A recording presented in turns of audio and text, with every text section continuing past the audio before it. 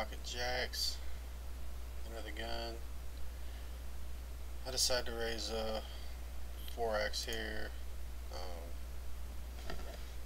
Just really don't want to be getting messed with by one of these players. I might have done it because Quab was up here. Quab's a very loose, aggressive player. He's a kind of a loose cannon, so kind of want to discourage some of the players from flatting you and making your life miserable when, you know, one or two overcards hits the flop. I take it down. Next hand, pocket tens.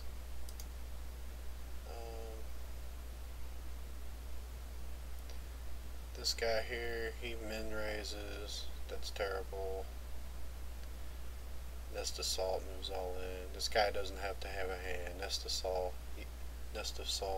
is a long time, you know, online tournament regular. He knows that. He could be doing this with a lot of hands too. And I guess I just felt 10-10 was too good to fold right here. So I call, and it's a race. And I hold.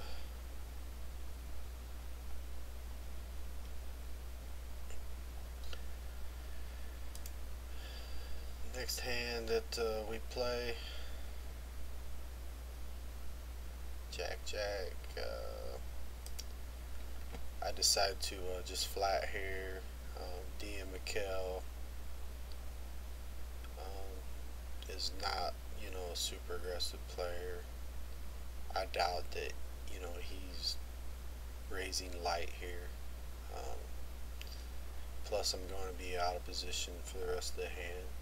I just don't think, I think I'm probably behind more than I'm ahead in this spot.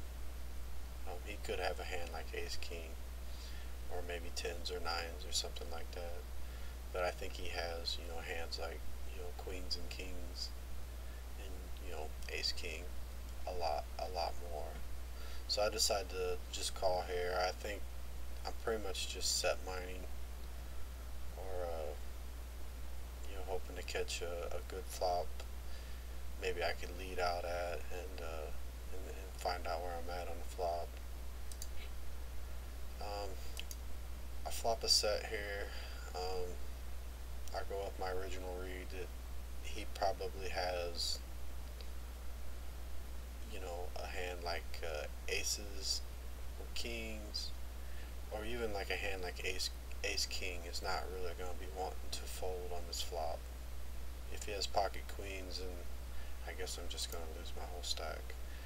But he raises, I move all in, and he folds, which tells me I'm not sure what he could have had there. I think if he had ace king, he probably would have called.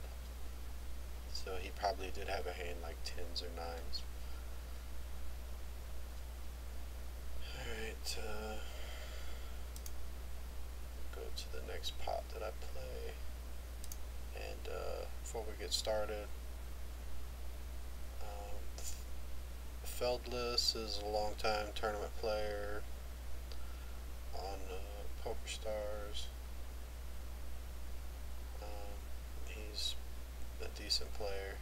And then we have a Net 15, who some of you know is one of the top online tournament players in the world.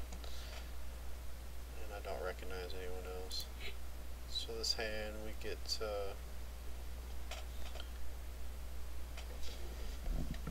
and I get a walk, which is nice. And what I'll do from this point on,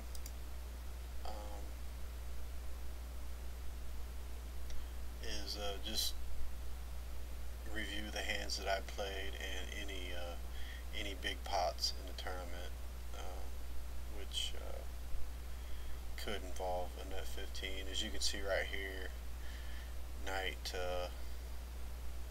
makes a little less than 2.5x raise in early position, and then Net 15 pounces on him. there's just not a lot of players that would do that with King Queen. She may have had a read, but like I said, she's a very good player and she plays very aggressively, and she gets flatted, and she flops top pair, gets shoved on, and they both have the same hand. Alright. King Jack. So it appears the net 15 likes not quite 3x raise, but slightly less than 3x raise. She raises it, she gets flatted, and she has to give up.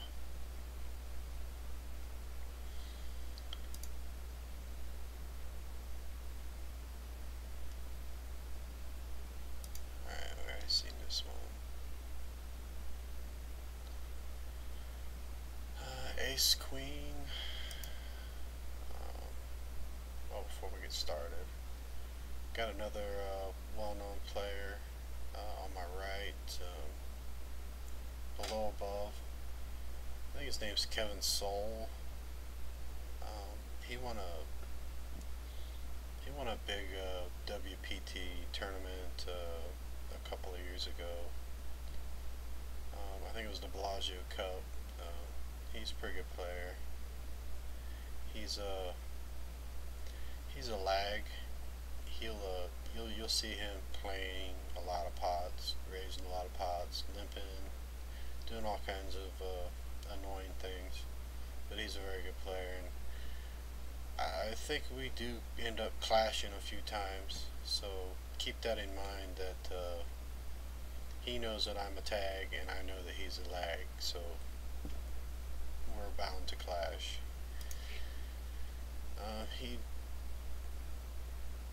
Yeah. This is exactly some of the weird things that he'll do.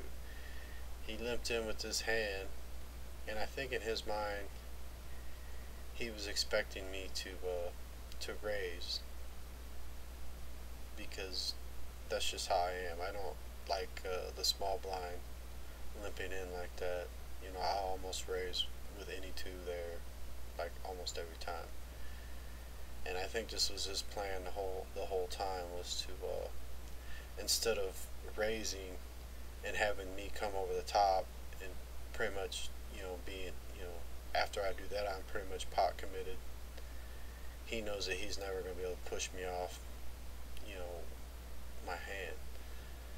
So what he does here is he limps in, expecting me to raise, and that way he can come over the top, and he still has, plenty of fold equity against me, to push me off of my hand. But unfortunately for him, that's pretty much kind of how I read him. So let's see if it holds. And there we go. I do remember he's a PokerX Factor member too. I think he does videos for him. And I asked him if he would submit his hand histories for this tournament, but he declined. I don't think he was in a very good mood after that hand. Net 15 raises. I pot it, and she knows I'm a type player, so it was either that, or might have been the fact that she had a really weak hand. 9-5.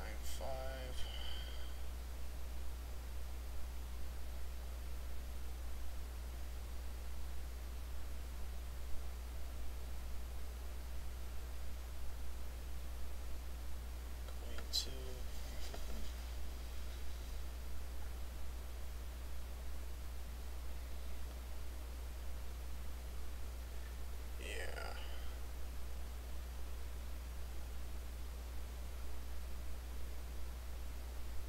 That might have been a pretty loose call by Oregon.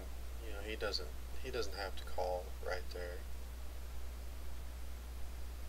And I could have told you that he had a good hand this time around, because the first time he had hit queen 10 and he shoved, and this time he actually has a legitimate hand, and he shoves again, you know, knowing that everyone